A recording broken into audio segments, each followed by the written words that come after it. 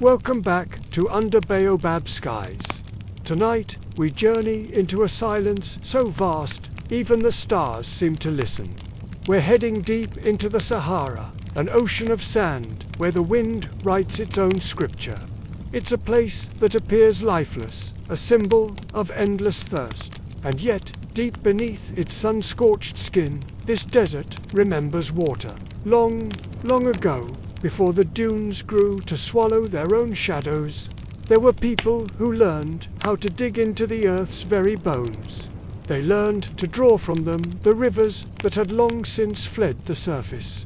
They were called the Garamontes, a civilization that simply refused to die of thirst. Their kingdom rose from dust and discipline. Imagine a world with no green valleys, no easy streams, no life-giving rain. For them, survival meant one thing: tunnels carved painstakingly in the deep dark. They built a remarkable civilization beneath the desert's ribs, a hidden world that breathed life into sand and silence alike. But who were these mysterious waterlords? Their name floats in the space between myth and archaeology, whispered among the ancient ruins of Libya. Esfezan, Regina, haunting land of forgotten fortresses and ghostly palm groves. They were shrewd traders, fierce raiders, and master builders. Above all, they were a people who taught the desert to obey. Let's just pause here for a moment. Picture us together, the fire crackling softly as we rest beneath the immense canopy of stars. If you listen closely, shutting out the noise of the modern world, you might just hear it, the faint, persistent drip of an underground stream, the distant echo of picks striking against stone, and maybe the low hum of men singing to the earth as they dig, coaxing it to give up its most precious secret. For the Garamontes, water was not a gift from the gods, it was a conquest. To live was to wrestle life from the jaws of death, to shape darkness into flow. Their fogarais, the ancient ingenious underground channels, became the arteries of an empire hidden from the eyes of the world. These weren't just irrigation ditches, they were feats of engineering that defy belief. A sprawling network that sustained cities in one of the most hostile environments on Earth. Each fogara was a marvel. It would start with a mother well, sunk deep into the water table at the foot of a mountain range. From there, a gently sloping tunnel, sometimes stretching for miles, would be dug by hand. This tunnel would carry water using nothing but gravity, delivering it to the fields and settlements on the plains below. The men who dug these tunnels were known as water diviners and miners, and their work was claustrophobic, dangerous, and absolutely vital.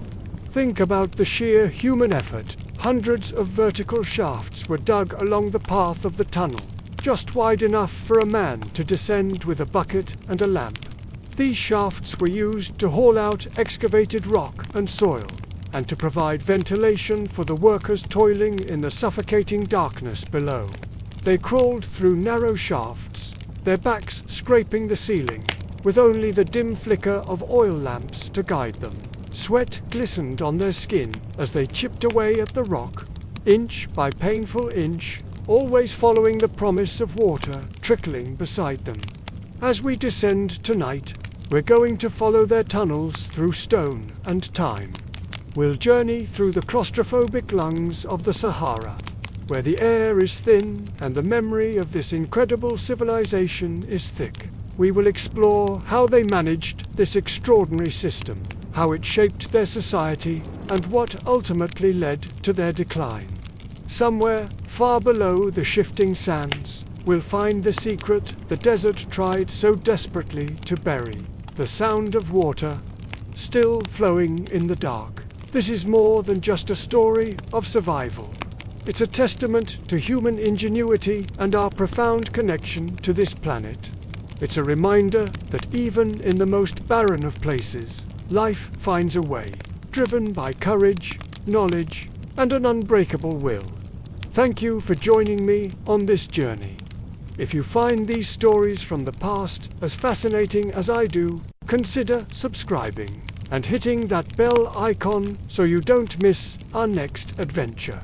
You're listening to Under Baobab Skies, and the story begins now. By the end of this journey, you'll understand what it meant to touch the desert's hidden veins, to trade the endless sunlight for deep, cool shadow, and to draw life from solid stone when the earth itself seemed parched and silent. Beneath the sweeping, endless dunes of the Fezzan region in modern-day Libya, men crawled into tunnels so narrow they could barely fit a human body. Their hands scraped raw against rough limestone, their knees pressed deep into ancient dust. They carried with them only the simplest of tools, crude iron picks, small earthen lamps filled with oil, and the fading memory of distant homes they might never see again. Each strike of their pick against the stone echoed a rhythm that mirrored the desert wind howling above a sound that was slow, relentlessly persistent, and infinitely patient. These were the forgotten architects of the desert, the silent engineers of an ancient world. Some were born into slavery, their lives bartered and sold in the bustling markets of Gao, Timbuktu, or the southern reaches of the Great Sahara. Others were prisoners of war, captured in conflicts long forgotten, and then dragged across sands that shimmered like fire under a sun that burned their skin and cracked their lips. Once they descended and entered those tunnels, they were utterly swallowed by darkness. The only proof of their existence was the faint, flickering glimmer of their oil lamps, casting long, dancing shadows on the walls. These shadows seemed to move like the spirits of ancestors, silently watching them work. Their ghostly figures, a constant presence in the deep earth. Let's pause here for a moment. Imagine the fire crackling softly beside us as we rest under a blanket of stars. The desert night, cool and vast. In this subterranean world, water was everything. It was life itself. Yet it was a life that demanded a terrible toll from those who sought it. The diggers, laboring in the oppressive silence, would whisper to each other, their voices barely audible. They traded songs of caution, melodies that warned of loose rock or stale air, and songs of hope, dreams of a cool drink or a gentle rain. Some would chant old-man melodies from their homelands, their rhythms a connection to a life left behind. Others murmured quiet prayers to the spirits of the earth and the stone, seeking protection from the ever-present dangers of collapse and suffocation. Every sound a cough, a whisper, the scrape of a tulicoat bounced and multiplied through the narrow shafts, weaving a complex and haunting tapestry of fear and resilience. These tunnels, known as fogaras, ran like veins beneath the sand. They were an incredible feat of engineering. Vertical shafts were dug down 50, 70, sometimes even 100 feet deep into the earth. These shafts then connected to a network of horizontal galleries that stretched for miles, meticulously following the gentle, almost imperceptible slope of the underground water table. Men standing at the surface would lower baskets on ropes to haul up the excavated stone and mud. The constant sound of scraping, dropping, and hauling blended with the faint, almost magical trickle of the underground aquifers they were chasing. Every new drop of water discovered was celebrated, but quietly, almost reverently.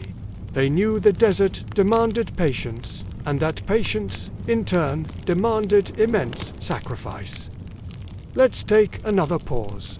The fire burns low, casting a warm glow, and we rest here together beneath the infinite desert sky. They called these tunnels fogaras, a name whispered among desert dwellers, though few people from the outside world would ever lay eyes on them. Carved entirely by hand, sometimes with nothing more than wooden mallets or sharpened stones, the fogaras were far more than just engineering marvels, they were lifelines. They were the arteries that carried the very blood of the desert. Some of the shafts were carefully lined with stone blocks, fitted together with precision. Others were carved directly from the solid rock, the walls worn smooth as the calloused palms of the men who had labored over them for generations. The tunnels were often so narrow that the diggers had to crawl on their bellies, inching forward through the darkness. The dust was thick in their lungs, and the shadows seemed to press in on them, feeling like living, breathing things in the claustrophobic space. Even the strongest and most resilient men could not work endlessly in such conditions. The heat, trapped deep underground, made the air heavy and thick, sometimes almost unbreathable. The diggers had to work in rotations, sharing positions in the deepest, most dangerous parts of the tunnels. They whispered warnings to one another about pockets of bad air or unstable rock, and they chanted together to keep their spirits calm and focused. Their movements became almost ritualistic, a slow, coordinated dance of survival as much as it was a process of construction. Each man knew his life depended on the man in front of him and the man behind him. The work was both intensely physical and profoundly spiritual. A common belief among the diggers was that each tunnel contained a spirit of the desert, an unseen guardian of the precious water. They believed that one misstep, one careless act of disrespect, could anger this spirit, causing a passage to collapse or a life-giving vein of water to suddenly dry up. At night, gathered around their small fires, the diggers would tell stories. They spoke of ancestors appearing as shadows in the tunnels, guiding a worker's hand to a more stable section of rock, or whispering a warning of impending danger. These stories were passed quietly from one generation of diggers to the next, forming a sacred oral tradition that was laid atop the grueling physical labor. Their hands were perpetually blistered and bleeding. Their backs were bent from years of crawling and crouching. Their sweat soaked the coarse fabric of their simple clothing, mingling with the dust and grit of the earth. Yet, beneath the crushing exhaustion, there was a profound sense of purpose. They weren't just digging tunnels. They were carving a future. To carve a passage for water in the Sahara was to carve survival itself. Not just for themselves, but for the communities, the oases, and the civilizations that depended on that water. They touched the very bones of the desert, and in return, the desert whispered back to them, a faint trickle, a cool dampness in the air, a pulse of life felt deep underfoot. Let's pause one last time.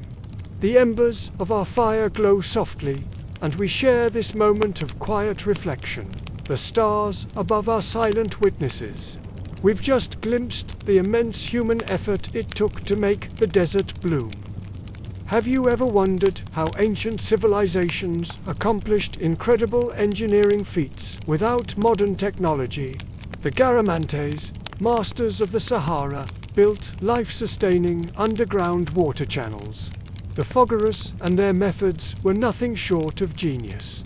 These weren't just random tunnels. They were a symphony of geometry, rhythm, and intuition, woven into the very fabric of the desert. The Garamantes had no compasses, no laser levels, no GPS. So how did they achieve such uncanny accuracy, measuring slope, distance, and depth to create these kilometers-long systems? The desert itself was their guide. The shifting sands weren't just an obstacle, they were a map. The way the sand hummed and settled told them where vast aquifers lingered deep beneath the rock.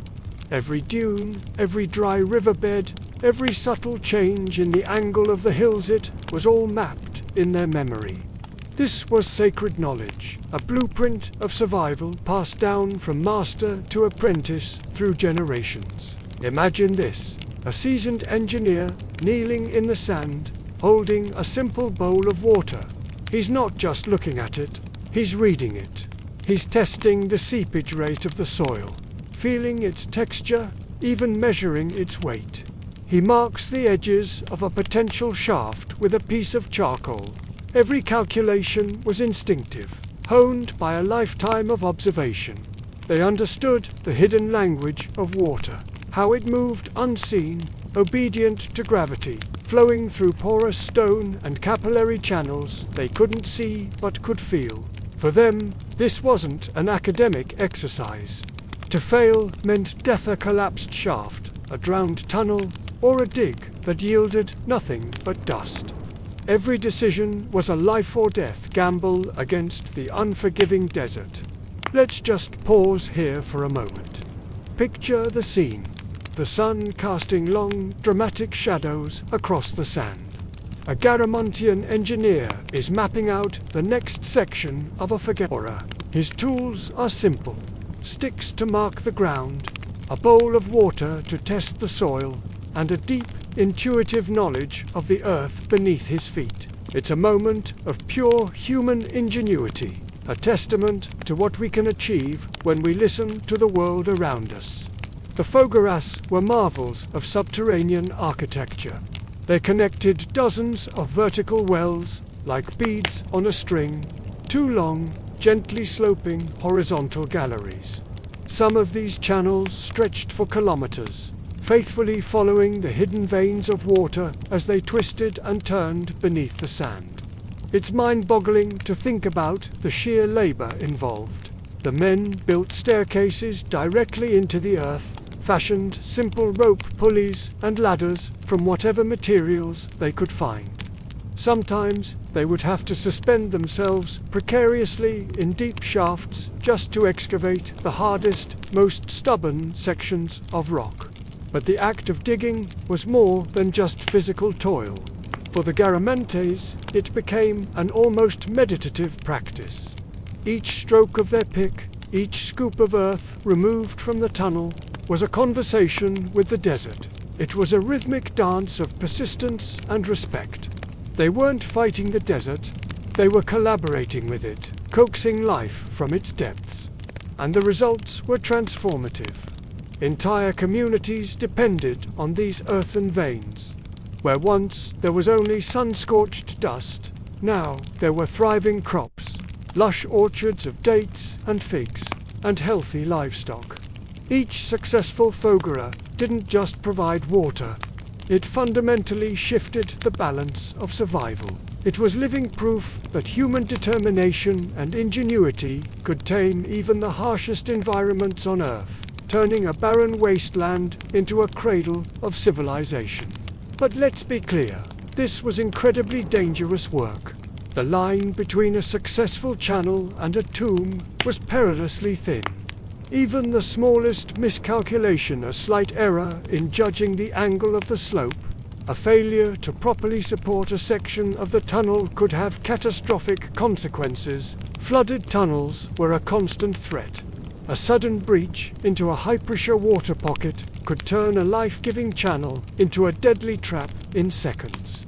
Collapses were also common, burying workers silently beneath tons of sand and rock, leaving only an empty shaft and whispered cautionary tales for the next generation.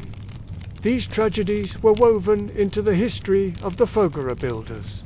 The men learned to respect the Earth's immense power and its unhurried patience. They learned to read its moods, to anticipate the shifts in the soil, and to move with the rhythm of the stone, not against it. It was a hard-won wisdom, paid for with sweat, struggle, and sometimes their very lives. Let's take another moment to breathe. As the fire crackles softly and the vast desert sky fills with stars, we can almost feel the weight of that history. The silence of the Sahara holds the stories of those who dared to dig, those who succeeded, and those who were reclaimed by the earth they sought to master. It's a powerful reminder of the courage and sacrifice that underpin human progress. Now, think about the social structure required to build and maintain these systems. This wasn't the work of a few lone individuals. Building a fogara required immense, coordinated community effort. It demanded a level of social organization and cooperation that was truly remarkable for its time. Experts, known as mualaman, were the master engineers who held the secrets of Foghera construction. They were revered figures in Garamantian society, possessing a status somewhere between a high priest and a modern-day civil engineer.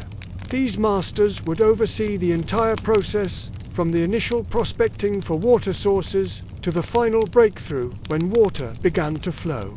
Beneath them were teams of skilled laborers, each with a specialized role. There were the diggers, the Hafrin, who did the grueling work of excavation. Then there were the Gattersin, the divers, who were responsible for clearing debris and maintaining the channels once they were filled with water. It was a complex, hierarchical system, all working in concert towards a single, vital goal. The maintenance of the Fogheras was a perpetual task. Sand would inevitably drift into the vertical wells, and channels could become blocked over time. This meant that communities had to be in a constant state of readiness. Regular inspections and cleaning were essential. This ongoing commitment fostered a deep sense of shared responsibility and interdependence. Your neighbor's survival was directly linked to your own. If a section of the Foghera fell into disrepair, the entire community suffered. This shared reliance on the water system became the social glue that held the Garamantian civilization together for centuries. The water itself was distributed with incredible care. Laws and customs governed who could draw water, when, and how much. These rules were complex and strictly enforced, ensuring an equitable distribution that prevented disputes and sustained the entire agricultural system. The Fogheras weren't just an engineering project. They were the very foundation of Garamantian law, economy, and social structure.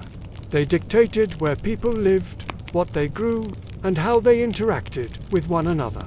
So, when we look at the ruins of the Garamantes, we're not just seeing old cities and abandoned tunnels. We are seeing the ghost of a civilization that was literally built on water, drawn from the heart of the world's greatest desert. Their legacy is a profound lesson in resilience, cooperation, and a timeless human drive to create an oasis in the face of impossible odds. Their story is written not in stone monuments, but in the dark, silent, life-giving tunnels that still run deep beneath the Saharan sands. Welcome back. We've explored the sheer engineering genius of the Garamantes and their incredible Foghera system. But to truly understand these tunnels, we have to go deeper into the experience of the men who dug them. Imagine yourself hundreds of feet below the scorching Sahara. There, beneath the sand, time itself seemed to warp and slow down. The familiar rhythm of day and night vanished, replaced by an eternal twilight lit only by the faint flicker of oil lamps. Minutes and hours blurred into long, indistinguishable stretches of darkness and hard labor. In this subterranean world, the silence was profound, broken only by the rhythmic scrape of tools against rock and the soft whispers of the diggers. They spoke to one another in hushed tones, sharing stories, offering encouragement, or sometimes just murmuring to themselves. It was as if their words, their very breath, could help push the suffocating weight of the earth aside. The tunnels weren't just passages, they were alive in the minds of these men. Every corner, every curve, every sudden collapse or seep of water became a landmark, a character in the ongoing saga of their creation. These were stories of near misses, of breakthroughs, of friends lost, and water found. The psychological toll was immense. To combat the fear and the isolation, many turned to ancient rituals. These weren't grand ceremonies, but small, personal acts of faith performed in the dark. A digger might leave an offering of bread at a newly completed junction, a humble thanks for safe passage. Another might whisper a prayer to the water spirits, believed to dwell deep within the earth, asking for their guidance. Small stones, carefully placed at intersections, served as markers and perhaps as tokens of respect to the ground they were disturbing. The walls of the Fougera became a silent testament to their journey. Men would carve their names, the dates of their long shifts, or simple symbols. These markings were a way of saying, "I was here. I survived." They also served as warnings or messages for the generations of diggers who would follow, maintaining and extending these vital arteries. In these silent, earthen galleries, memory became a tool as essential as any pick or shovel. Let's pause here for a moment. Imagine us sitting around a crackling fire, the immense, starry canopy of the desert sky stretching above us. The air is cool and still. It's in moments like this, of quiet reflection, that we can begin to grasp the deeper meaning of the Fougeras. They were far more than just brilliant feats of hydraulic engineering. They were sacred spaces woven into the very spiritual fabric of the Garamantian people. When a man descended into a Fougera shaft, he knew he might not see the sun or feel the wind on his skin for days, or even weeks. He was entering a different realm, a world between the living and the deep, mysterious earth. Back on the surface, life was a tense vigil. Families awaited the return of their fathers, sons, and husbands. They didn't just hope. They actively participated in the spiritual struggle. They would pray to their ancestors, whose spirits were believed to watch over the living, and to the powerful, often fickle, spirits of the desert itself. They asked for protection for the men below and for the ultimate blessing, the discovery of water. And when it happened, when a shaft finally breached a water table and the first trickle began to flow, the moment was not met with loud cheers or triumphant shouts. That would have been seen as disrespectful. Instead, it was greeted with a profound, quiet reverence. The first cup of water drawn from a new Fougera was a sacred act. The diggers would fill their cups, letting the cool liquid touch their lips. They'd wash the grime from their hands and faces, a ritual of purification. And sometimes, a soft song would be murmured into the darkness, a gentle hymn of gratitude to the earth for sharing its most precious gift. This water, once found, was more than a resource. It was a covenant, a bond forged between the living and the land that sustained them. The desert was a harsh partner in this agreement. It could demand terrible tolls, the lives of men lost in collapses, the endless sweat of their labor, and a lifetime of unwavering devotion. But it could also reward that patience and sacrifice. With the discovery of water, the desert revealed its hidden veins.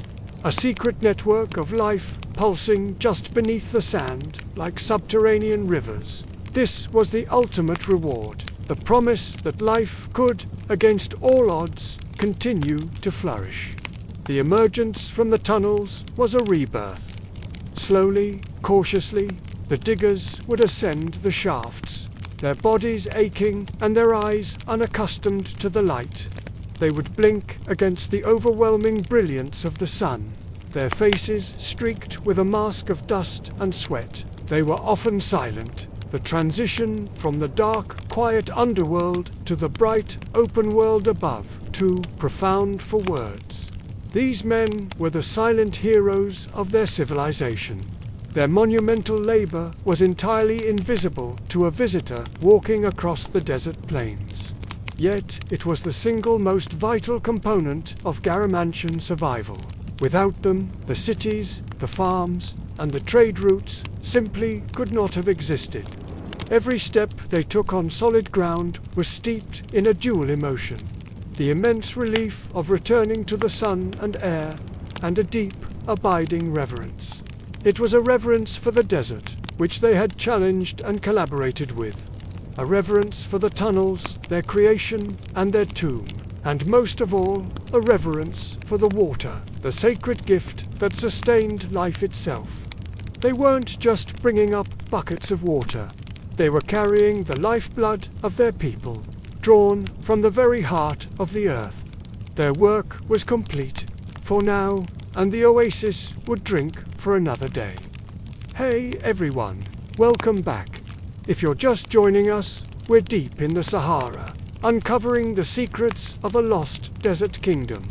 Last time, we introduced the Garamontes, a people who built a civilization in one of the most unforgiving places on Earth. Tonight, as the stars begin to fill the sky, we're going to walk through their incredible cities and understand how they became masters of the sand. The Garamantes didn't just survive in the desert, they thrived.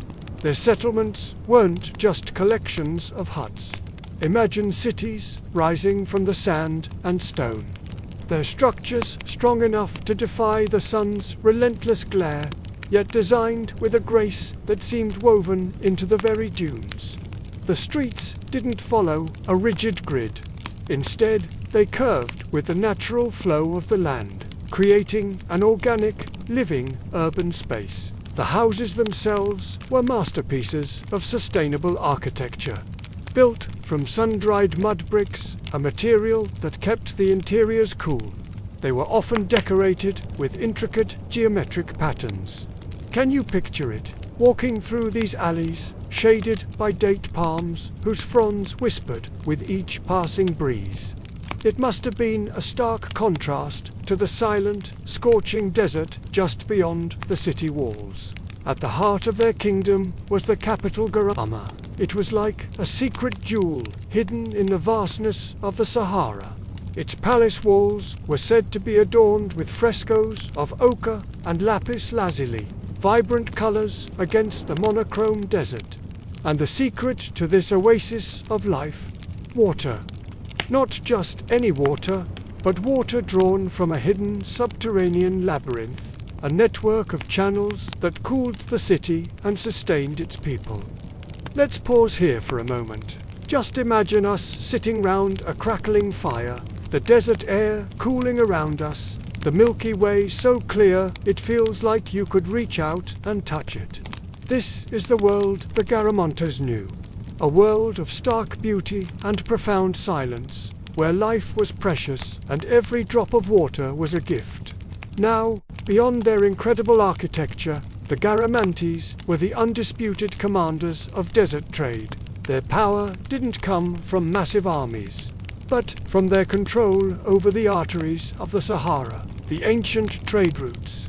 Picture camel caravans, 100 strong, laden with gold, ivory, and precious salt, moving silently along paths known only to the children of the desert. These weren't simple merchants. They were navigators of a sea of sand. They followed the subtle pulse of underground water channels and carried maps carved not on parchment, but into their memory, passed down through generations. Merchants from the great coastal cities Carthage, Alexandria, and even the mighty Roman Empire came seeking to trade with them. They brought their goods and their coin, but they could never fully grasp the rules of the desert. The Garamontes held the keys to this kingdom, and they knew its worth. Their ultimate source of power, the secret that allowed them to flourish where great empires saw only a barren wasteland, was their mastery of water. We mentioned the labyrinth beneath Garama. This was part of a much larger system. They engineered sophisticated underground aqueducts, known as fagoras. These channels, often miles long, were dug by hand deep into the earth to tap into fossil aquifers. They were a technological marvel, designed to transport water over great distances with minimal evaporation. These wells and fogaras were the kingdom's most closely guarded secret, hidden from prying eyes. This hydroengineering genius is what enabled the Garamantes to create oases of life in the middle of an empty ocean of sand. Their cities shimmered with life. You would have seen children running and laughing along the narrow streets, women carrying clay jars of cool water with a practiced, graceful balance, and elders sitting in shaded stoops, recounting tales that stretched back for centuries. Life wasn't just possible here, it was vibrant. Imagine the scene at dusk. The setting sun paints the sky in shades of orange and purple. The mud brick houses, with their painted facades, seem to glow with a warm internal light. Date palms sway gently in the evening breeze, and the camels, the great ships of the desert, are resting along the sandy streets after a long day's journey. It's a picture of peace, of ingenuity, and of a people perfectly in tune with their environment. It's ironic, then, that the Romans often called them barbarians. This was a common label Rome gave to any people living outside its direct control, a term that implied a lack of civilization. But in the presence of such ingenuity, of such a sophisticated and sustainable society, the word barbarian means very little. The Garamantes weren't savages. They were strategists and engineers. The Roman legions, with their polished armor and disciplined formations, learned this the hard way. They tried, on multiple occasions, to cross the dunes and bring this desert kingdom under their heel. But their military might was useless here. They couldn't follow paths that seemed to appear and disappear like mirages. Their detailed maps, so effective in Europe and the Near East, were worthless scraps of parchment in the shifting sands. In this conflict, the desert itself became a weapon. The heat, the lack of water, the disorienting landscape, these were the Garamantes' allies, and they were the masters of its silent, deadly strategy. They didn't need to meet the legions in a pitched battle. They could simply wait, letting the sun and sand do their work, striking from the shadows and melting back into the dunes. They proved that true power isn't always about the sharpest sword, but about the deepest knowledge of your home. Let's take another moment to breathe that in. The fire crackles softly, casting dancing shadows around us. We're resting beneath a canopy of stars, feeling the immense, humbling scale of the desert at night. We've journeyed through their cities, followed their caravans, and witnessed their quiet defiance of an empire. The story of the Garamantes is a powerful reminder that history is filled with hidden chapters and that greatness can be found in the most unexpected places. They didn't leave behind colossal monuments like the pyramids or the Colosseum, but their legacy is just as profound. It's written in the sand, in the faint outlines of their cities, and in the genius of their fogueras, some of which, incredibly, are still in use today. They teach us about resilience, about adapting to your environment rather than trying to conquer it. They show us that a deep connection to the land can be a source of immense strength. Their world was one of balance, where human ingenuity and the natural world existed in a delicate, sustainable harmony. As we continue our journey, we'll delve deeper into their culture, their beliefs, and the eventual, mysterious decline of their kingdom. What happened to this civilization that had mastered the desert? Where did the Garamantes go? The desert holds its secrets close, but together we'll try to uncover them. Hello again, and welcome back. Find a comfortable spot by the fire, let the embers glow, and listen closely as the desert whispers its secrets. We return to the sun-scorched sands of North Africa, where the mighty Roman Empire, accustomed to conquest, found itself facing an opponent unlike any other. In the 1st century CE, the ambition of Rome knew no bounds. From the misty shores of Britannia to the fertile plains of Mesopotamia, the eagle standards of the legions had been planted. Now, their gaze turned southward, across the Mediterranean, to the vast, intimidating expanse of the Sahara. From the coastal province of Tripolitania, Roman generals, their minds filled with visions of glory and imperial expansion, led expeditions into the desert's heart. Their target was the enigmatic desert kingdom of the Garamantes, a civilization that had mastered the art of living where others perished. Imagine the scene. Thousands of Roman soldiers, the finest fighting force the world had ever known, marching into the unknown. Their segmented armor, the asterisk Larica segmentata asterisk, designed for the temperate battlefields of Europe, became a furnace under the relentless African sun. The heavy woolen tunics chafed their skin, and the iconic rectangular shields, the asterisk scutum asterisk, felt like leaden weights. Their polished helmets reflected the blinding glare, and the grand banners, usually held high with pride, drooped in the windless, scorching air like the tired wings of a dying bird. They marched in disciplined columns, a testament to Roman organization and might, a river of steel and leather flowing into a sea of sand. But the desert does not respect order. It is a realm of chaos, of constant, subtle change. The very ground beneath their hobnailed sandals, the asterisk Caligay asterisk, was a treacherous enemy. Shifting dunes, sculpted by unseen winds, could move with unnerving speed, swallowing entire columns of men, horses, and supply wagons, leaving no trace, no marker, not even a memory. The landscape they had mapped just hours before would transform, making navigation a nightmare. Then came the sandstorms. Without warning, the horizon would blur, the sky turning from a brilliant, unforgiving blue to a terrifying wall of churning, ochre dust. These were not mere storms. They were suffocating, blinding maelstroms. The wind howled like a legion of ghosts, flinging abrasive sand that stung the eyes, clogged the lungs, and stripped skin. Vision was reduced to mere feet. Formations, the bedrock of Roman military tactics, disintegrated in moments. Soldiers became separated from their centurions, comrades lost to one another in the roaring chaos, their shouts swallowed by the wind. The desert itself had become a weapon, and it was brutally effective. And in this maelstrom, the true masters of this domain made their presence known.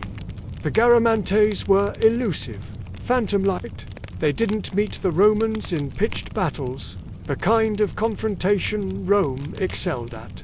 Instead, they struck from the shimmering heat of a mirage, from the deep shadows of a rocky outcrop.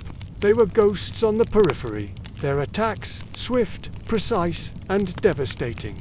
They raided Roman supply lines, the lifeblood of any army, striking with lightning speed and vanishing back into the dunes before the heavily armed legionaries could even form a defensive line or organize a retaliation. Their greatest advantage was their chariots. Not the heavy, ornate chariots of Roman triumphs, but light, agile vehicles built specifically for the sand. These chariots, pulled by hardy desert-bred horses, thundered across the dunes, their wheels wide to glide over the soft terrain. Aboard them were warriors who knew this land as intimately as a Roman knew the streets of his home city.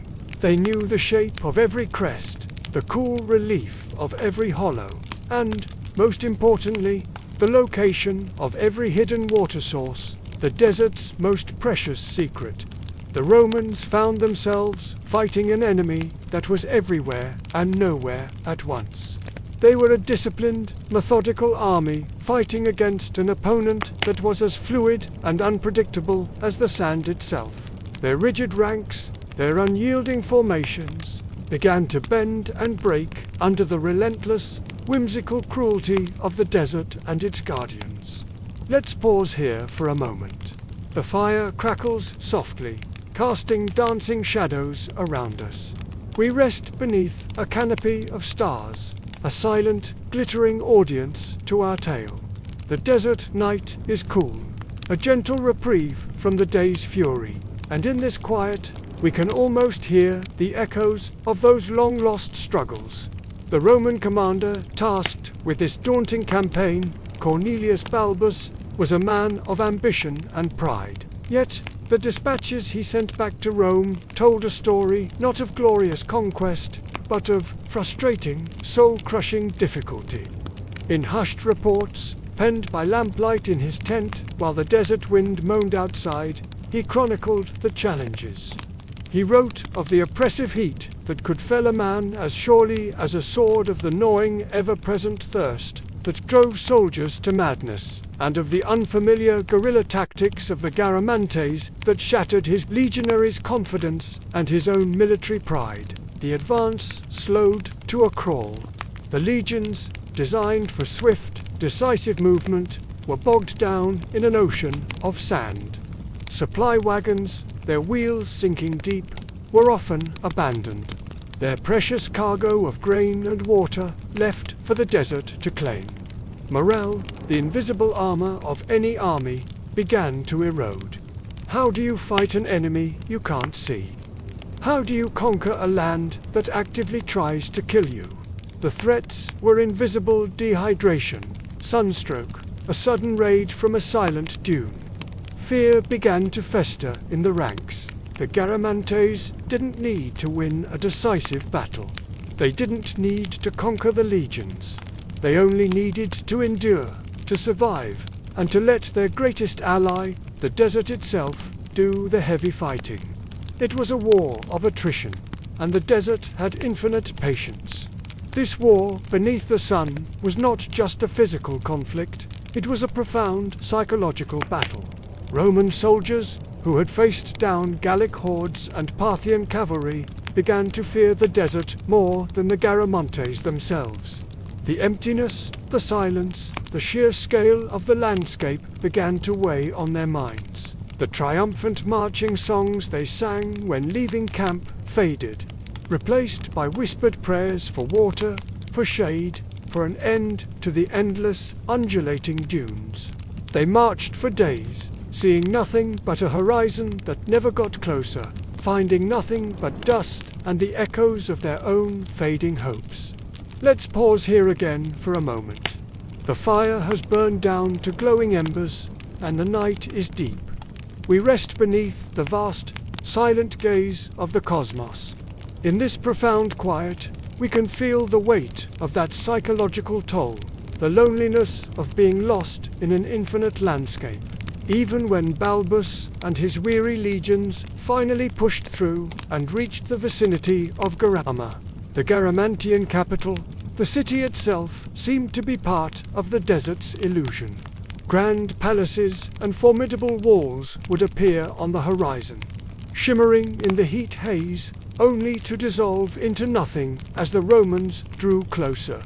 It was a mirage, a trick of light and heat, but it felt like a deliberate deception, as if the city itself was refusing to be conquered.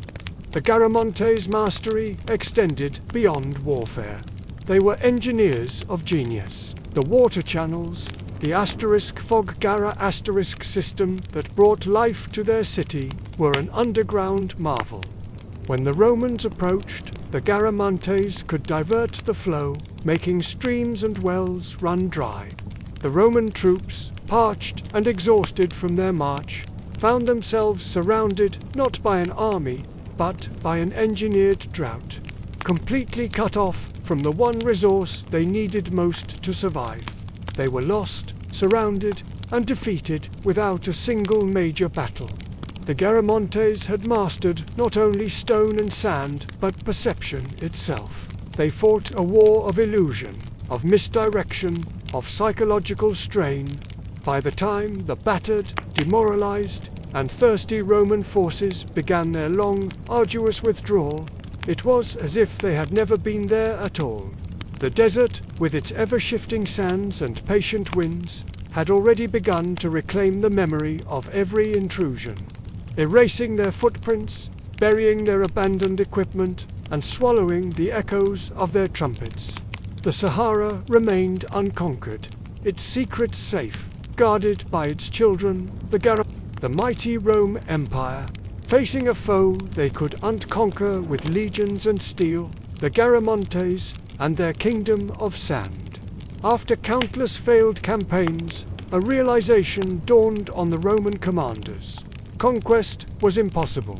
The desert itself was the Garamanta's greatest fortress, and its warriors were masters of its harsh embrace. So, if swords couldn't win, perhaps something else could. Rome, ever the pragmatist, shifted its strategy from invasion to invitation. A new kind of campaign began.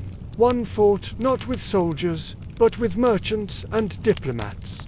The battleground shifted from the sun-scorched plains to the bustling markets of Garama, the weapons of choice. Ivory, shimmering gold, precious carbuncle stones, and, tragically, human beings captured from lands south of the Sahara.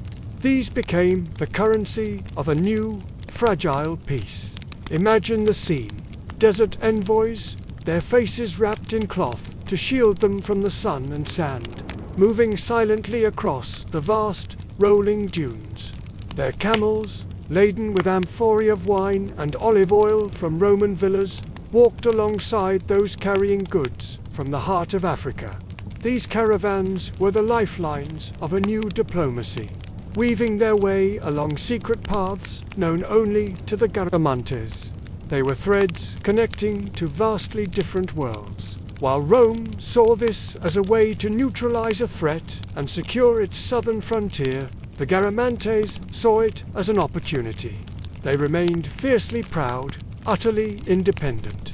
Their cities, hidden deep within the desert, continued to pulse with a unique rhythm dictated not by the drums of war, but by the life-giving murmur of water flowing deep beneath the sand. They had forced the world's greatest superpower to treat them as equals. Let's just pause here for a moment.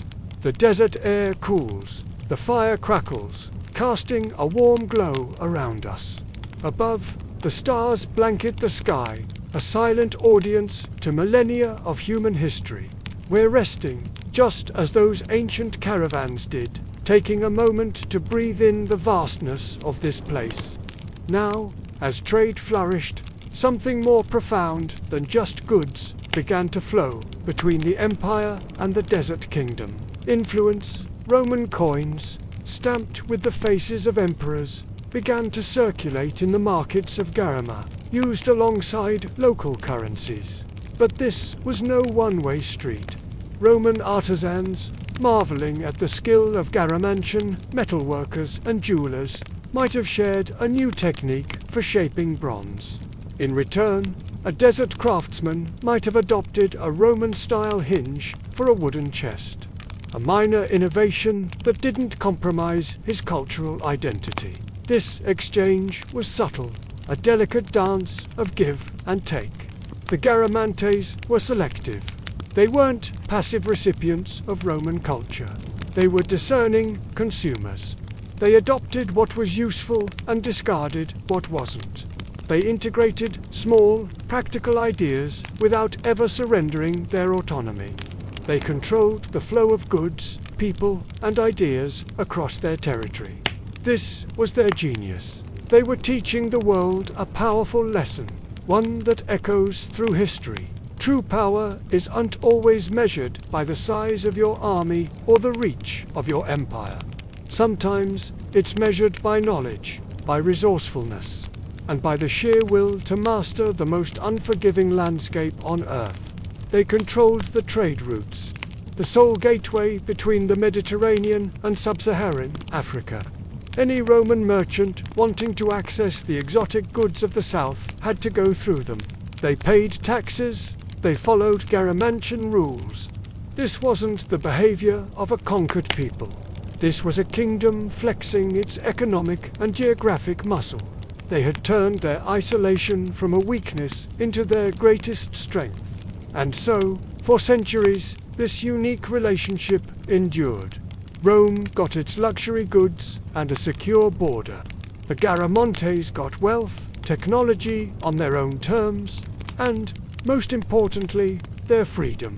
It was a masterclass in diplomacy and strategic independence. While other kingdoms on the fringes of the empire were absorbed, Romanized, and ultimately erased, the Garamantes remained Garamantes. Their identity wasn't just preserved, It was strengthened, paid for with the gold and ivory that flowed through their hands. Centuries would pass. The Roman Empire itself would crumble, its legions recalled, its distant outposts abandoned. But the legacy of the Garamantes, this ghost kingdom of the desert, would endure, puzzling historians and archaeologists who came long after. Looking at the ruins and the faint outlines of their civilization, scholars would marvel at their subtle genius. How did they do it? How did this society, with no written language of their own that we've found, with seemingly limited resources, hold off the might of Rome? The answer lay in a combination of factors. First, their fierce, unyielding resistance. They proved that the cost of conquering them was simply too high. But it was more than just their skill in guerrilla warfare. It was their unparalleled mastery of their environment, their architectural and, most critically, their hydraulic skill. The Fogueras, those incredible underground channels, were the true foundation of their power. They weren't just irrigation systems. They were the lifeblood of their civilization, a technological marvel that allowed cities to bloom where only sand should be. This skill made them timeless figures, not just desert warriors, but guardians of life in a world that sought to swallow everything whole. Let's pause again. The fire has died down to glowing embers. We lie back, looking up at the Milky Way, a river of stars mirroring the hidden rivers of water beneath our feet. The silence of the desert isn't empty. It's filled with the echoes of this incredible story. You see, the Garamantes never became subjects of Rome. They never paid tribute in the way a conquered province would. They never adopted Latin as their language or worshipped Roman gods in grand temples. They existed in a parallel reality, a kingdom beneath the sun, largely invisible to those who couldn't read the signs of the desert, who couldn't hear its whispers.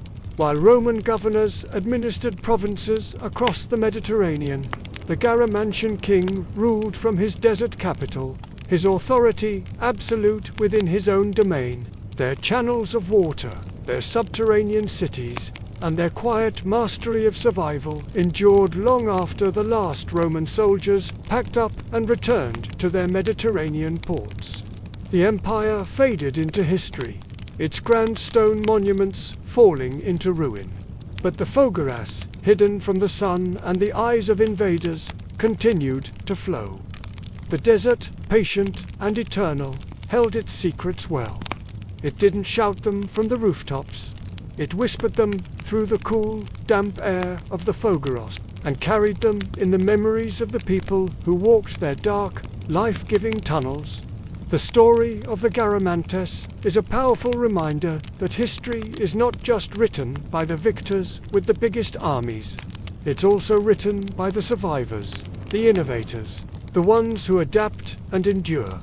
They show us that strength can be quiet, that resistance can be subtle, and that a deep understanding of one's own world is the ultimate source of power. Their kingdom may have vanished from the maps, but their legacy flows onward, as persistent and vital as the water they tamed. Have you ever felt the desert watching you? It has a memory, you see, a long, patient memory. It buries the living, preserves the dead, and hides its most precious treasures in plain sight. Beneath the endless, shifting sands of Fezzan, in modern-day Libya, lie the spectral remains of cities that once shimmered like mirages on the horizon. These weren't just dusty outposts or temporary camps. They were the lost oases of the Garamantes' true urban hearts, pulsing with the lifeblood of trade, echoing with laughter, and filled with the constant, quiet murmur of water flowing unseen just beneath the surface. Let's pause here for a moment. Imagine the fire crackling softly as we rest beneath a canopy of stars, the desert air cool on our skin. Now, let's journey back.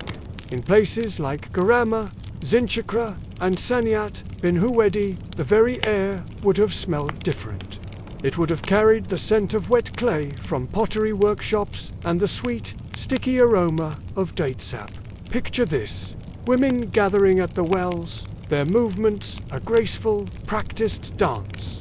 They would draw water from shafts that plunged deep into the earth, filling their heavy ceramic jars with the same patient rhythm their mothers and grandmothers had known for generations.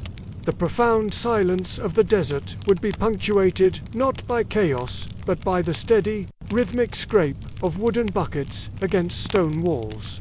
Every single drop of water was sacred. Every well was a miracle, a testament to human ingenuity. And beneath the ground, an even greater miracle was at work. A vast, intricate network of underground canals, known as fogueras, carried water for kilometers. They were like veins beneath the desert's skin, invisible, yet absolutely vital, whispering life into the arid landscape. Roman travelers, stunned by what they saw, described the Garamantian oases as lush green rings encircling deep blue wells. Imagine stepping out of the searing heat into gardens teeming with wheat, figs, and pomegranates, all thriving in the very heart of desolation. The beauty of these places wasn't one of opulence or grand architecture, but of sheer defiance. It was the beauty of a stubborn, resilient people who looked at the all-consuming desert and refused to let it win. They carved life from the void. Let's pause here again. Feel the warmth of the fire. Listen to its gentle hiss as the vast, silent desert stretches out around us. But time, as we know, is both patient and merciless. The desert always reclaims its own. Over centuries, the fogueras, the arteries of this civilization, began to collapse. The relentless sandstorms, like celestial erasers, slowly buried doorways and filled courtyards. The vibrant sounds of the city, the chatter, the laughter, the work faded into a whisper, and then into silence. The wind, once a cooling breeze, began to speak for the dead.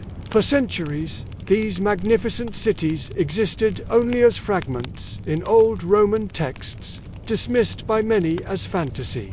They lived on in the songs of nomads who guided their caravans near the ruins. Men who would swear they heard voices calling from beneath the dunes on moonless nights. What were these sounds? Some legends claimed they were the restless spirits of Garamantian kings, still guarding their buried treasures. Others, more pragmatic, argued it was simply the desert, breathing the wind, sighing through the broken tunnels of the collapsed fogueras. But even the most skeptical traveler would find themselves falling silent when the night wind began to moan through the sand. It was a haunting, ethereal song that seemed to carry both a warning and a profound, lingering memory. It was the sound of a lost world, whispering its story to anyone who dared to listen. Let's rest here one last time. The fire burns low, casting dancing shadows, and the stars above seem brighter than ever. The rediscovery of the Garamantes is a story as compelling as their existence. For a long time, historians, relying solely on Roman accounts, painted them as little more than troublesome desert raiders. But in the 20th century, archaeologists, equipped with new technology, began to see what had been hidden for millennia. Aerial photography, and later satellite imagery, revealed the ghost-like outlines of vast settlements and the faint, linear traces of the fogueras stretching across the desert floor. It was like discovering a secret map drawn on the surface of the earth. Excavations, led by figures like Charles Daniels and David Mattingly, began to unearth the truth. They found not a simple nomadic culture, but a complex, stratified society with a powerful monarchy. They discovered evidence of sophisticated agriculture, intricate metalworking, and extensive trade networks that connected them to the Roman Empire, sub-Saharan Africa, and lands even further east. The Garamantes weren't just surviving in the desert. They were mastering it. They were a pivotal link in the ancient world, a powerhouse built on water and will. Their capital, Garama, was a bustling metropolis with a population of thousands, a testament to their incredible engineering prowess. The true genius of the Garamantas lay in their water management. The Foggara system was an engineering marvel. It involved digging slightly inclined underground channels that tapped into the fossil water table deep beneath the sand. These tunnels, often kilometers long, were dug by hand, with vertical shafts providing ventilation and access for maintenance. This system allowed them to transport water over great distances with minimal evaporation, turning barren land into fertile fields. They essentially created their own climate, a microenvironment of life in a world of sand. This wasn't just irrigation.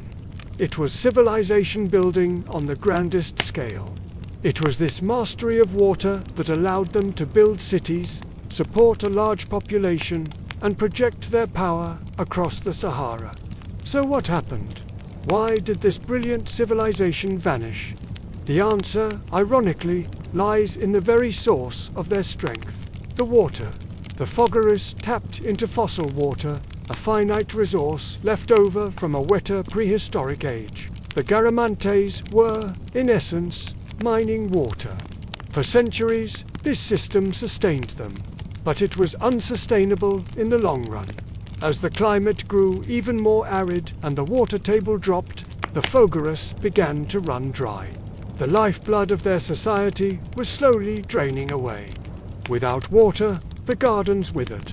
The cities could no longer support their populations, and the intricate social structure began to crumble.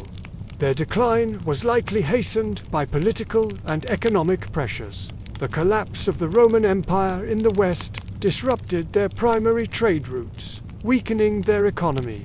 As their power waned, they became more vulnerable to raids from other desert tribes. It wasn't a single, cataclysmic event, but a slow, agonizing decline. A civilization built on a finite resource eventually reached its limit. The desert, which they had tamed for so long, began its patient, inexorable process of reclamation. The sand moved back in, and the cities of the Garamantes slowly disappeared from sight and from memory. Today, the ruins of Garama and the other cities stand as silent monuments to this forgotten kingdom. They are fragile, threatened by the wind, the sand, and the pressures of the modern world. But they are also a powerful reminder of human resilience and ingenuity. The Garamantes teach us that even in the most inhospitable environments, humanity can find a way not just to survive, but to flourish. They also offer a cautionary tale about the importance of living in harmony with our environment and the consequences of depleting finite resources. Their story, whispered on the desert wind, is a story of triumph and tragedy. A testament to a kingdom built on water and lost to the sands of time. When archaeologists arrived in the vast, seemingly empty Sahara in the 20th century, their expectations were low. They were chasing whispers, following the faint outlines of a myth. The Garamantes, a lost desert kingdom. It sounded more like a legend than history. They expected to find little more than scattered stones and the endless silence of the sand. But as they began to dig, as their brushes gently swept away the layers of time, something incredible emerged from beneath the dunes. It wasn't a myth. It was a city. The sand gave way to reveal streets, perfectly aligned in a grid that spoke of careful planning and a sophisticated understanding of urban design. They found homes, their walls still coated in painted plaster, hinting at a life lived with an appreciation for beauty. And inside these homes, pottery, elegant and functional, still held the faint, ghostly traces of olive oil and wine. A direct link to the last meals shared within those walls thousands of years ago.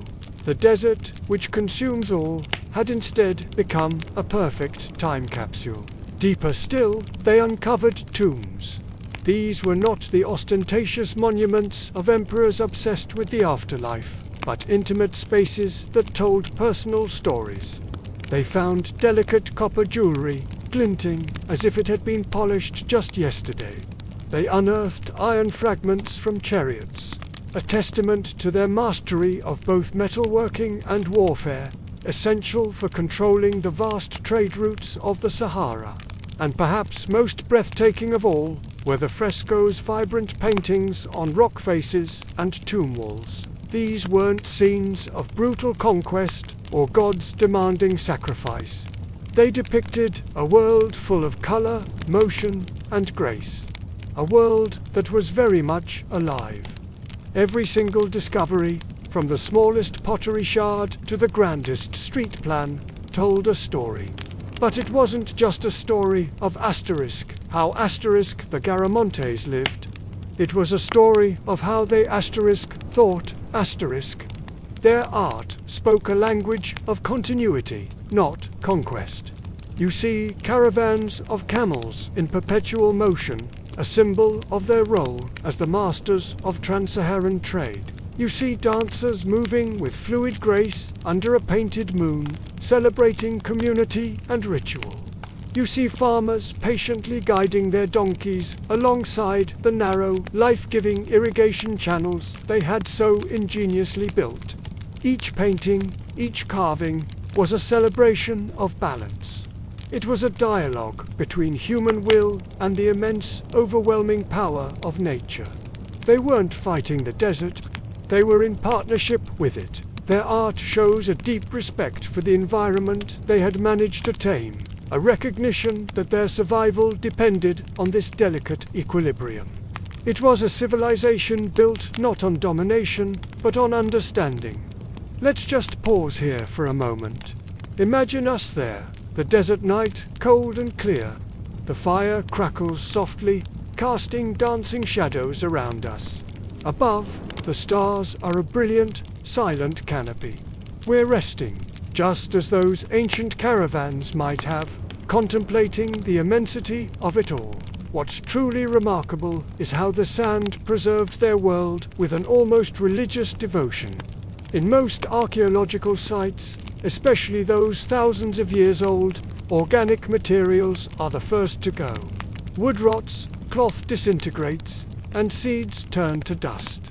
But here, in the hyper-arid climate of the Sahara, the desert acted as a natural preservative. Archaeologists found seeds that could still, theoretically, be planted. They found woven baskets, their patterns still intricate and visible. They found fragments of wood from tools and furniture. It was as if the desert itself had made a conscious decision to hold this civilization's secrets close, to protect them from the ravages of time. It revealed its treasure only when humanity was ready, not just to look, but to truly listen. The archaeologists slowly realized they weren't just uncovering a forgotten people. They were being permitted to hear their story again, whispered on the dry desert wind.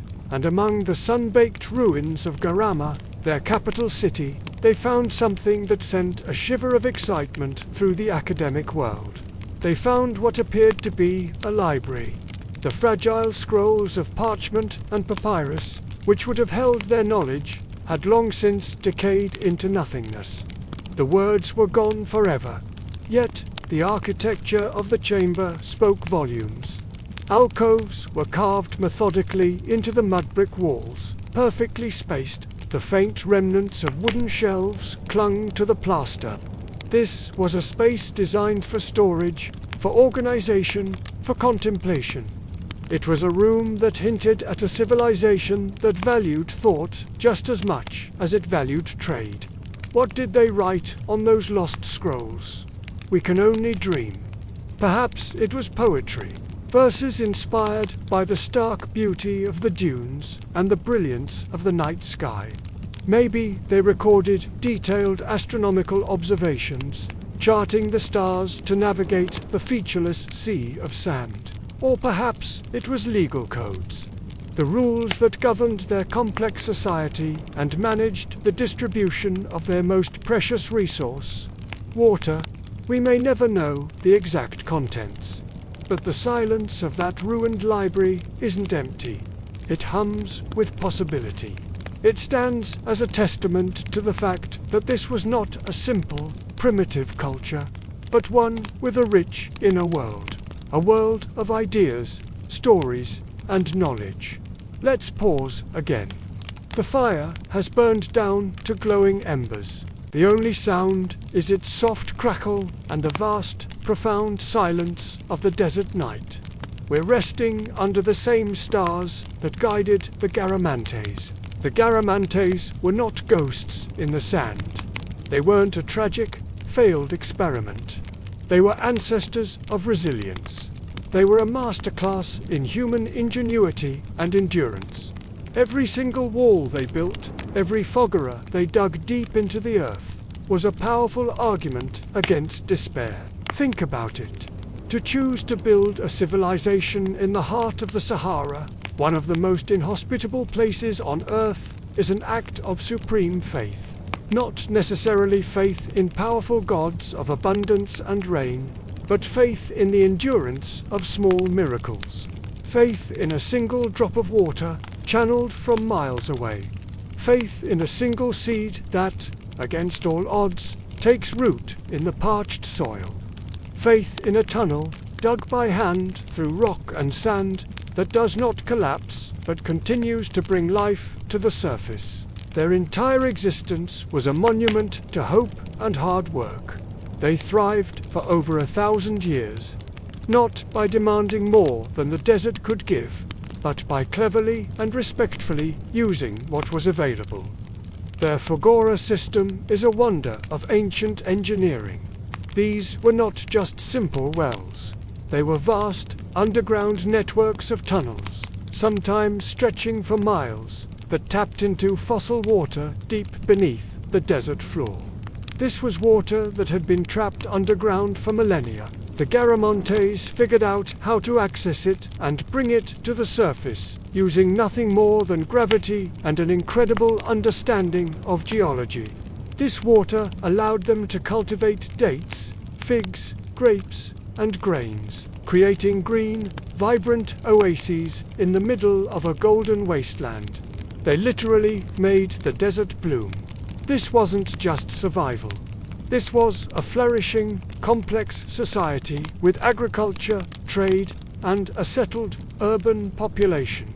And perhaps that is why their memory endures, why their story captivates us so profoundly today. In a world where we often measure greatness by the size of the monuments left behind the tallest towers, the biggest pyramids, the most colossal statues, the Garamantes offer a different lesson. Their lost oasis cities remind us that true greatness doesn't always need to shout. It doesn't always leave towering monuments that scrape the sky. Sometimes greatness hides. It whispers. It lies quietly, patiently, beneath the dust of ages, waiting not for conquerors or treasure hunters, but for hands gentle enough to uncover it, and for minds open enough to understand its quiet, powerful message of resilience, balance, and hope. As twilight descends, the desert transforms into a mirror. The dunes ignite in shades of amber, the once harsh wind softens to a whisper, and the horizon blurs the line between what was and what remains. It's in this magical hour that the Garamantian ruins seem to breathe again. Ancient walls cast long, slender shadows across the sand, and the dark mouths of ancient wells reflect the last vestiges of daylight. To stand here, in this immense silence, is to feel the gentle weight of centuries pressing down. A profound reminder that every civilization has a voice, even when it speaks only in silence. Modern archaeology is piecing together a picture far grander than we ever imagined. At its zenith, the Garamantian realm wasn't a sparse collection of huts, but a thriving civilization that may have sustained hundreds of thousands of people. Picture it, dozens of bustling oasis towns, scattered like jewels across the vast expanse of the Fezzan. What connected them? An incredible network of underground tunnels, the Fogaras functioning like arteries linking a great beating heart. For the Garamontes, the desert wasn't an empty, hostile sea of sand. It was a golden web of life, a testament to human persistence and ingenuity in one of the world's most challenging environments. Let's pause here for a moment. Imagine the scene. The fire crackles softly, a small beacon of warmth in the cool desert night. Above us, a canopy of stars, more brilliant than you can imagine, stretches from horizon to horizon.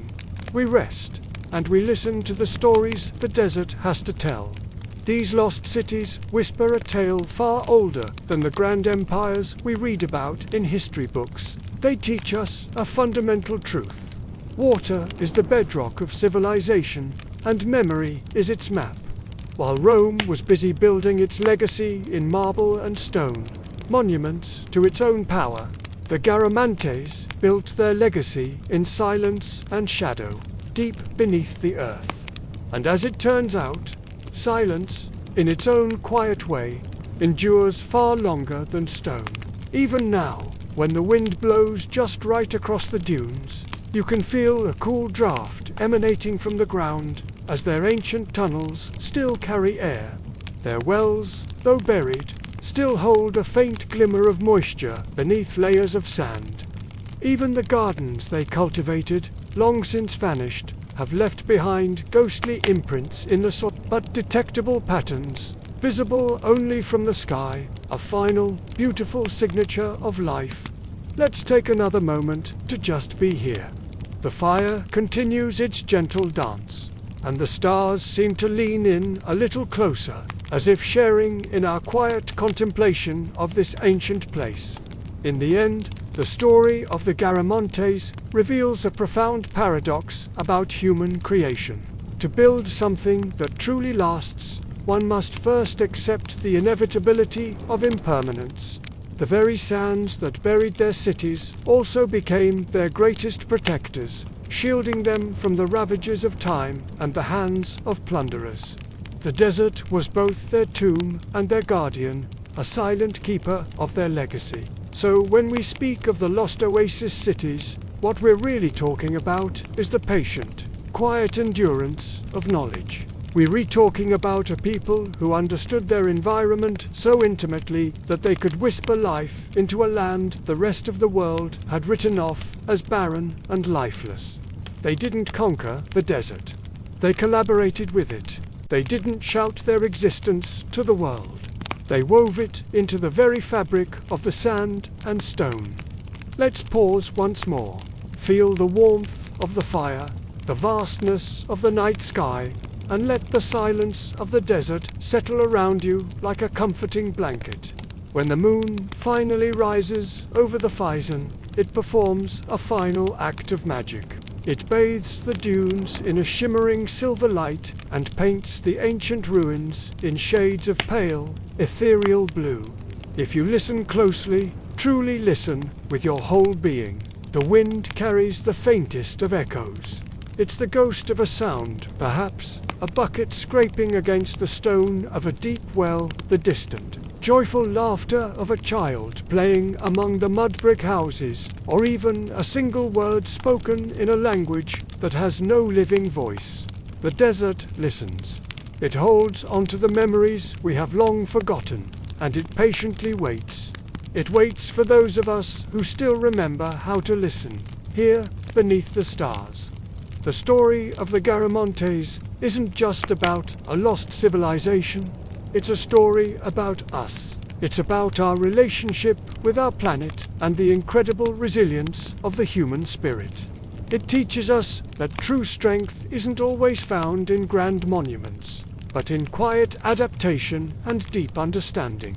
It reminds us that there are stories hidden all around us in the land itself, waiting for us to be still enough to hear them. These oases were not just places of survival. They were centers of art, trade, and culture. They prove that humanity can flourish in the most unlikely of places, not by fighting nature, but by becoming a part of it. As we pack up our camp and prepare to leave this sacred place, the lessons of the Garamantes linger in the cool morning air. They challenge our modern definitions of progress and permanence. What will our civilization leave behind? Will it be monuments of steel and concrete, or will it be a legacy of wisdom, of living in harmony with our world?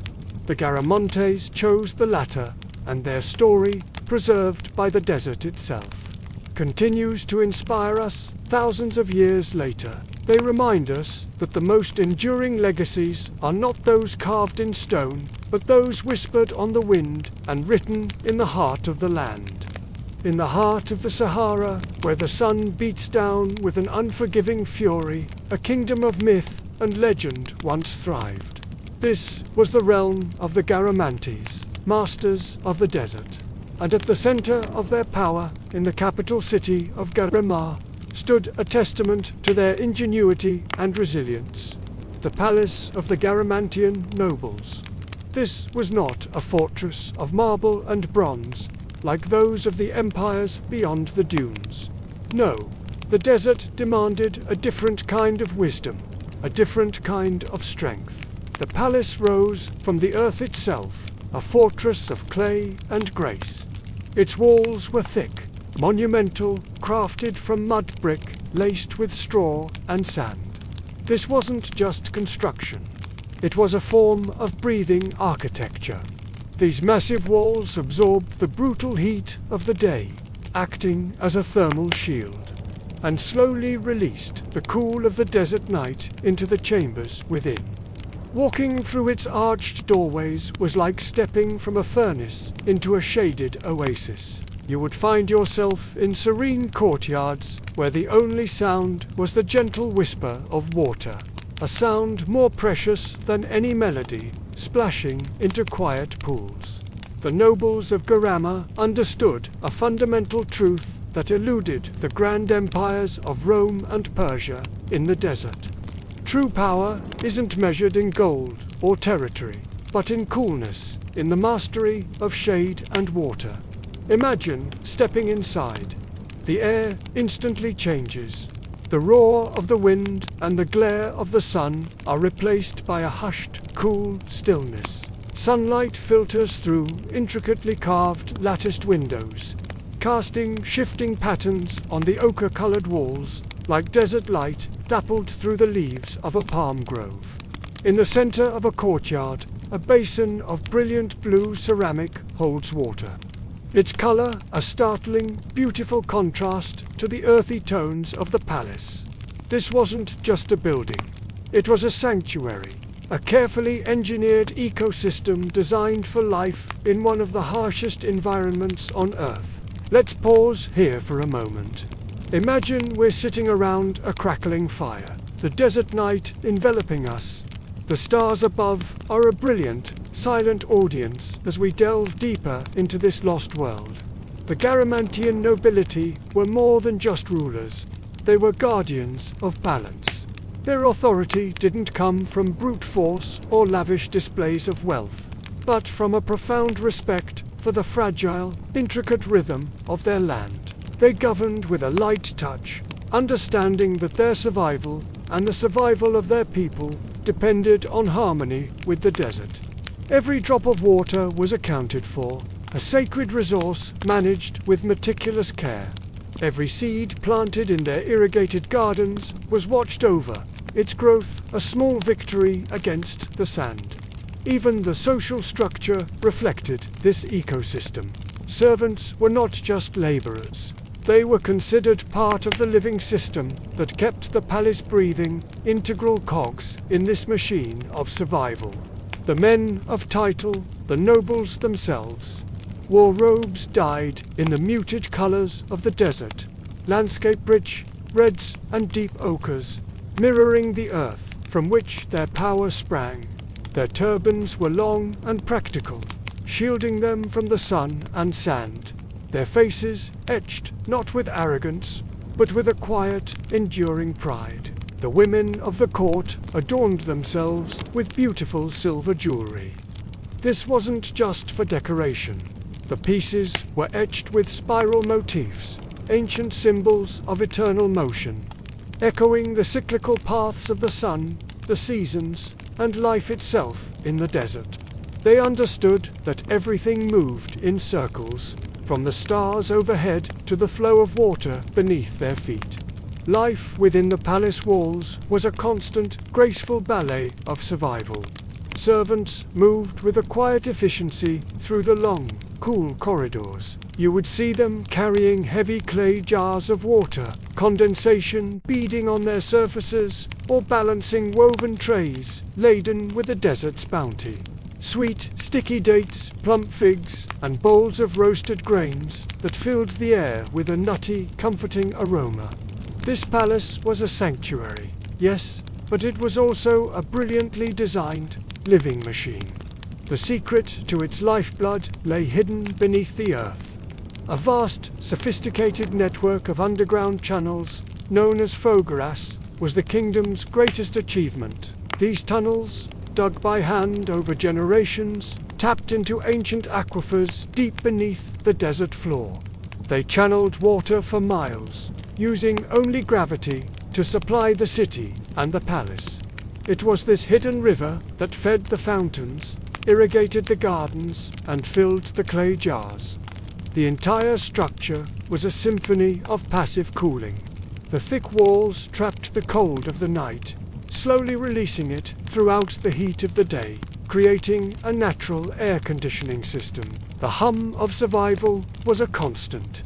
Gentle soundtrack, the soft padding of footsteps on clay tiles, the faint, musical dripping of water, and sometimes the soft murmur of servants singing old songs to make their labor feel lighter. Let's pause again. The fire crackles softly, and we rest for a moment beneath the silent, watchful stars. Now, picture the scene. You're standing in a grand hall. Sunlight, soft and golden, streams through the lattice screens, painting moving mosaics on the floor. A young servant, clad in simple linen, walks past carrying a large clay amphora, her focus absolute. Another follows with a tray piled high with dates, their dark skins glistening. At the heart of the main courtyard, that stunning blue ceramic basin shimmers, the water within it a cool, inviting jewel. The air is still, thick with the scent of dust, water, and something sweet, perhaps perfume or the figs on the tray. This was the daily reality, a world where function and beauty were one and the same, where every object and every action had a purpose in the grand, delicate dance of desert life. As the sun began to set, painting the sky in fiery oranges and purples, the atmosphere in the palace would shift. The pragmatic hum of the day gave way to the soft, relaxed mood of the evening. This was a time for art, for community, for quiet celebration. The evenings brought slow, hypnotic music. Drums, carved from the trunks of palm trees, would begin to beat, their rhythm soft and deep, echoing gently through the open courtyards. The sound seemed to come from the very heart of the earth.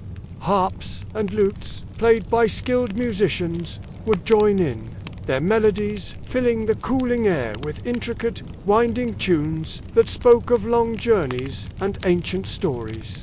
As the music swelled, dancers in brightly colored cloths would emerge. They moved like the desert wind itself, their motions fluid and expressive, weaving patterns around the flickering firelight in the center of the courtyard.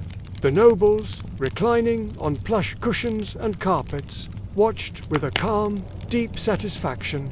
They sipped on a unique wine made from desert-grown dates, a drink that was sweet, dark, and thick, almost like liquid memory. It tasted of the sun, the earth, and the generations of wisdom that allowed such a luxury to exist in this arid land. Their laughter, when it came, was never loud or boisterous. Everything in the palace was subdued, deliberate, and harmonious. It reflected a culture that valued poise and control over loud displays. This was a life that demanded a certain grace, where true indulgence wasn't about excess, but about stillness, about savoring a moment of coolness and quiet. For the Garamontes, strength wasn't about conquering others. It was the ability to endure the relentless heat and the ever-present scarcity with elegance and an unbreakable spirit. Their palace was the ultimate expression of this philosophy, a haven of life, art, and dignity, built in the heart of the void. Let's pause one last time. The fire burns low, casting long shadows. We look up at the vast canopy of stars, feeling the cool night air, and reflect on this civilization that found a way to not just survive, but to flourish with such grace in a world that should have been uninhabitable.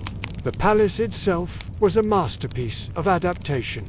Forget what you think you know about ancient palaces. This wasn't about marble imported from Rome or massive stone blocks hauled from Nubian quarries. Garamantian architecture obeyed a different master, the sun.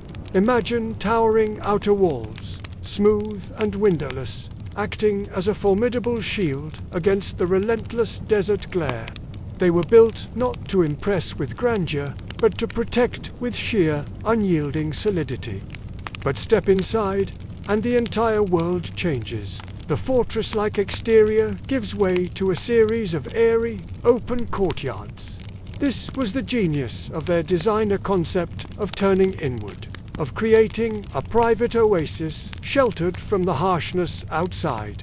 Every single element was meticulously engineered for comfort. The columns weren't just for support. They were sculpted with elegant, subtle curves, designed to catch the faintest breeze and direct it downward, creating a gentle, cooling current that flowed through the open spaces. The layout of the rooms wasn't arbitrary either. Each one was aligned with the celestial bodies, tracking the movement of the sun and stars across the sky. But this wasn't for religious ceremony or superstition. It was a highly sophisticated form of natural climate control. The architects, who were revered figures known as the keepers of coolness, understood that this alignment ensured that living quarters would be shaded during the hottest parts of the day, while other areas would catch the cool morning light. These architects were true masters of their craft. They studied the rhythm of temperature with the same dedication a poet studies verse. They knew the precise moment to open a high vent to release trapped heat, how to angle a roof to provide maximum shade throughout the day, and exactly how deep to bury the underground storage rooms. This wasn't guesswork. It was a science passed down through generations. In these subterranean chambers, precious dates, figs, and grains remained cool and fresh, safe from the spoilage that the heat would otherwise bring in a matter of hours. In the Garamantian world, shade wasn't just a comfort. It was a form of currency and coolness. Coolness was their most coveted treasure, a luxury more valuable than gold. Let's just pause here for a moment. Imagine us sitting together, the campfire crackling softly beside us. Look up. The immense, star-dusted canopy of the desert sky stretches out above, and in the quiet, you can almost feel the cool night air begin to settle over the dunes. The interior of the palace was a feast for the senses. Some rooms were painted in deep, rich hues of ochre and indigo. These weren't just decorative choices. These specific colors were known to absorb light differently, creating a visual effect that softened the intensity of the heat and made the rooms feel cooler and more tranquil. Other walls were adorned with faint, delicate frescoes, offering glimpses into their daily life and culture. You could see detailed images of long caravans, their camels laden with goods, silhouetted against endless dunes. You might find a portrait of the Queen, regal and serene, under a large parasol held by an attendant.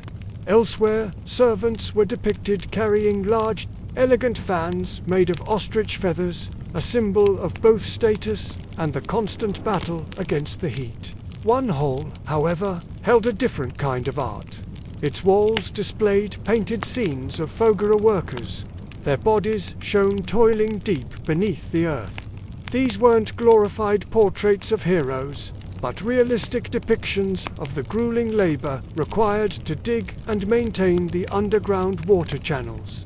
It was a powerful and subtle reminder to all who walked those holes, from nobles to foreign dignitaries, that every drop of water, every moment of coolness, every luxury enjoyed within the palace was built upon the sweat and hard work of others. It was a testament to their understanding that true civilization acknowledges the foundation upon which it stands. Let's pause again for a moment. The fire has burned down to glowing embers, casting a warm, gentle light. We rest here beneath the silent watch of the stars, just listening to the soft crackle of the wood. The scent of the palace was something you would never forget. It was a complex and beautiful perfume that defined the very air you breathed. Each evening, as the sun dipped below the horizon, special mixtures of myrrh, fragrant acacia gum, and wild desert herbs were burned in ornate censers. The smoke wasn't just for fragrance. It was believed to purify the air, cleansing it of the day's heat and dust. As darkness fell, the palace would come alive with a different kind of light. Lamps, filled with oil pressed from dates, flickered against the walls. They didn't produce a harsh, bright glare, but a soft, warm glow, casting dancing patterns of gold and amber that swayed and shifted like living memories. This atmosphere created a profound sense of calm. There was no rush, no loud noise, no sense of urgency that we're so accustomed to today. Life in the palace moved to a deliberate, unhurried rhythm. It was the rhythm of a civilization that had not just survived, but thrived in one of the world's most extreme environments. They hadn't conquered the desert. They had harmonized with it. They had learned the art of calm in a land that punished haste, the virtue of patience in a world that demanded resilience. It was a lifestyle born from a deep, intuitive understanding that to live well here, one had to move with the land, not against it. Let's take one last pause. The fire is almost out, a few embers glowing softly in the dark. The night is deep and quiet around us. We'll just rest here for a moment, under the vast, silent blanket of the stars. This mastery over their environment extended beyond the palace walls. The very structure of Garamantian society was shaped by the need for cooperation and careful resource management. The Foggara system, that incredible network of underground aqueducts, couldn't be built or maintained by a single family or tribe. It required the coordinated effort of the entire community. This shared dependence on a single, precious resource fostered a strong sense of unity and social cohesion. Everyone understood that their survival depended on their neighbor's diligence, and their neighbor's survival depended on theirs. This wasn't just an abstract ideal. It was a daily reality. Disputes over water were rare, because the rules of its distribution were sacred and strictly enforced, ensuring that everyone, from the highest noble to the humblest farmer, received their fair share. This societal structure, built on a foundation of shared responsibility, allowed the Garamantes to flourish for over 1,000 years. While other empires rose and fell, driven by conquest and expansion, the Garamantes built a legacy of endurance. Their strength wasn't measured in the size of their armies, but in the resilience of their communities and the ingenuity of their engineering. They created a vibrant culture in the heart of the Sahara, a center for trade that connected sub-Saharan Africa with the Mediterranean world. Their caravans carried not just salt, gold, and ivory, but also ideas, technologies, and cultural practices, making them a crucial link in the ancient world's network of exchange. They were a people who understood the value of balance between the built and natural worlds, between individual need and communal responsibility, between the harsh reality of the desert and the cultivated beauty of their oases. Their story isn't just a dusty chapter in a history book. It's a powerful lesson in sustainability and adaptation. It reminds us that sometimes the greatest strength lies not in domination, but in understanding and respecting the environment we inhabit. The Garamontes didn't just live in the desert.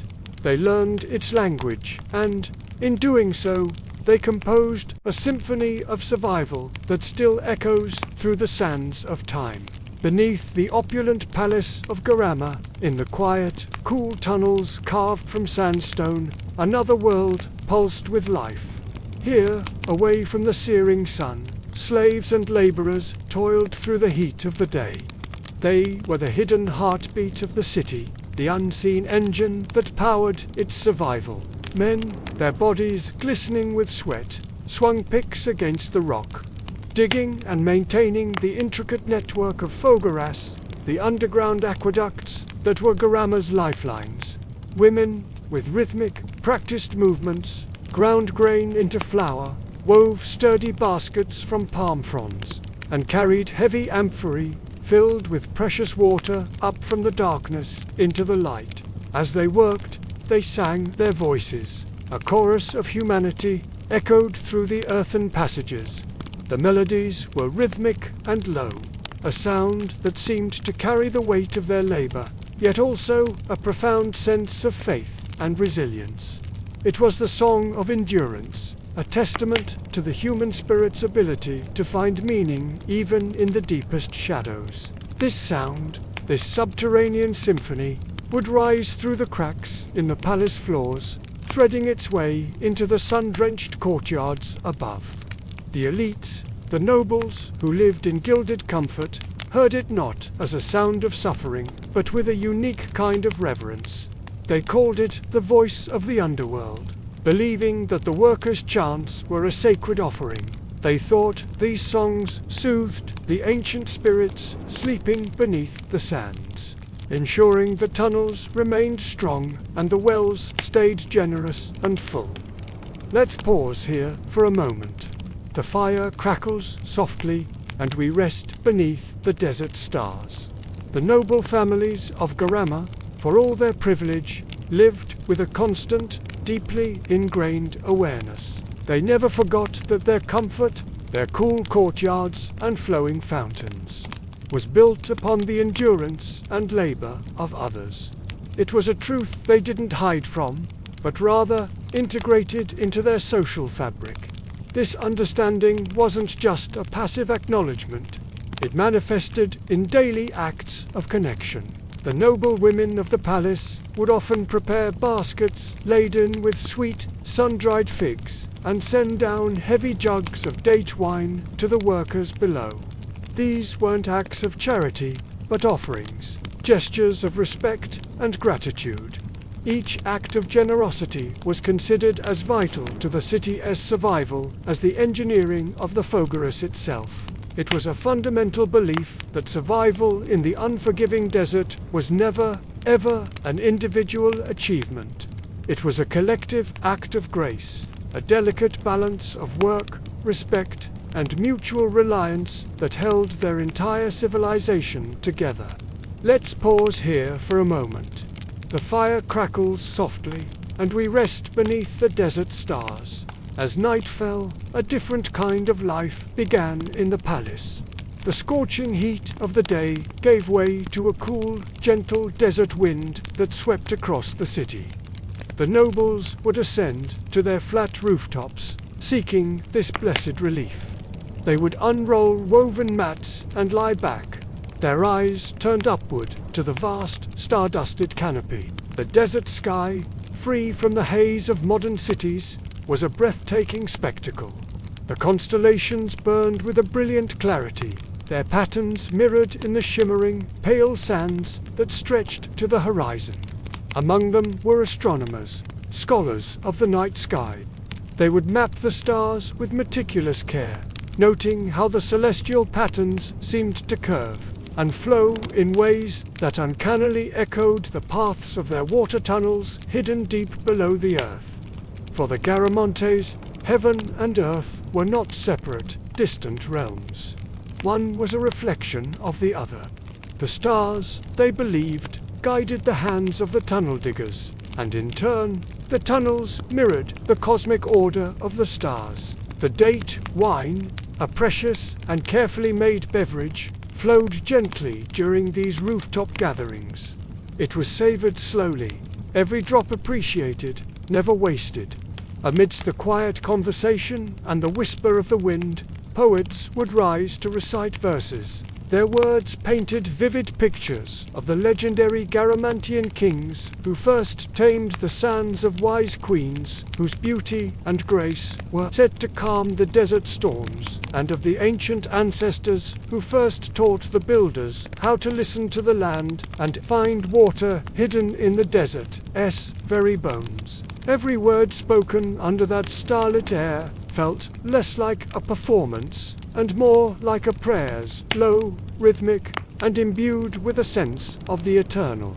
It was a ritual of remembrance, connecting them to their past, their land, and the cosmos itself.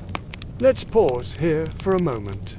The fire crackles softly, and we rest beneath the desert stars. Life in a Garamantian palace, as we can see, was not defined by ostentatious excess or lavish waste. It was a culture built on a mastery of quiet abundance. It was about understanding the true value of resources and finding wealth not in gold but in shade, coolness, and the life-giving whisper of water. Their civilization offers a profound lesson, one that echoes across the ages to our own time. It teaches us that a great society does not always rise through the brutal force of conquest or by erecting monuments of marble. Sometimes, true, lasting civilization is built on harmony. It's a harmony with the natural world, a harmony between different strata of society, a harmony between the physical and the spiritual. It is found in the gentle murmur of water flowing through the earth, in the strict discipline of preserving coolness against the sun's fury, and in the immense patience required to build a thing of beauty that the desert itself would not destroy but protect. This was the quiet genius of the Garab. The fire burns low now. Its light no longer dances wildly, it shivers, small and orange, like the last breath of a story that has seen the edge of time. We have walked far together tonight through tunnels carved by desperate hands, across the dunes where forgotten empires once breathed, into the lost cities of Libya's sand, and finally into the scented halls of Garamantian kings. And now, as the embers fade, we sit in the long silence of knowing. The Garamantes were not a mirage. They were flesh and bone, will and waterproof, that even the cruelest landscape can bow before human imagination. They did not ask permission from the desert. They broke its bones and drank from its marrow, carving life where there should have been none.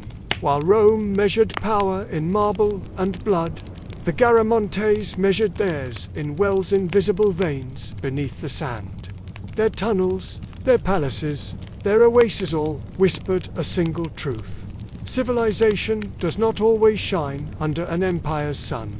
Sometimes it glows underground. When the Romans called them barbarians, they misunderstood the silence of the Garamantes. It was not ignorance, it was sovereignty. It was the silence of people who needed no audience, no applause, and no conquest to validate their greatness. Their palaces may have crumbled, their tunnels may be swallowed by dust, but their story lives on not as a footnote, but as a pulse beneath Africa's skin. Every civilization leaves behind two kinds of ruins. The first is visible: the stone, the pottery, the inscriptions. The second is invisible, the memory that passes through generations, the feeling that refuses to die. The Garamontes left both their fogaras still breathe under the desert. Their walls, painted with frescoes of dancers and dates, still cling to the shadows. And their story, this story still hums in the wind that moves between the dunes, whispering of wells that once touched the sky from below. When we look at the Sahara today, we see emptiness, a vast expanse of nothingness stretching beyond imagination. But to the Garamontes, it was never empty. It was a living, breathing body, full of arteries and secrets. They did not conquer it with armies, but with patience. They listened to it. They learned its rhythms, its moods, its silent generosity. And that is how they survived for 1,000 years, long after the legions of Rome had turned to dust. Perhaps that is what the Garamontes came to teach us, that greatness does not always roar. Sometimes it hums like groundwater beneath a dune, that wisdom is not always written in books. Sometimes it is carved in darkness by men who will never see the sun. And that survival, true survival, is not about conquest or monuments, but about harmony, about finding the rhythm of the earth and walking in step with it. As we close our eyes tonight, imagine those tunnels again, the flicker of oil lamps, the echo of picks against stone, the slow, wet sound of earth giving up its hidden water. Somewhere deep under the sand, that sound still lives not in the ears of men, but in the memory of the land itself. And if you listen closely, you can still hear it. The whisper of water moving through a tunnel, the hum of a civilization that refused to die quietly, the song of the men who dug water. From the desert's bones, thank you for joining me on this journey. If this story moved you, please consider liking this video and subscribing for more tales from the heart of history. Until next time, stay curious. You are under Baobab skies.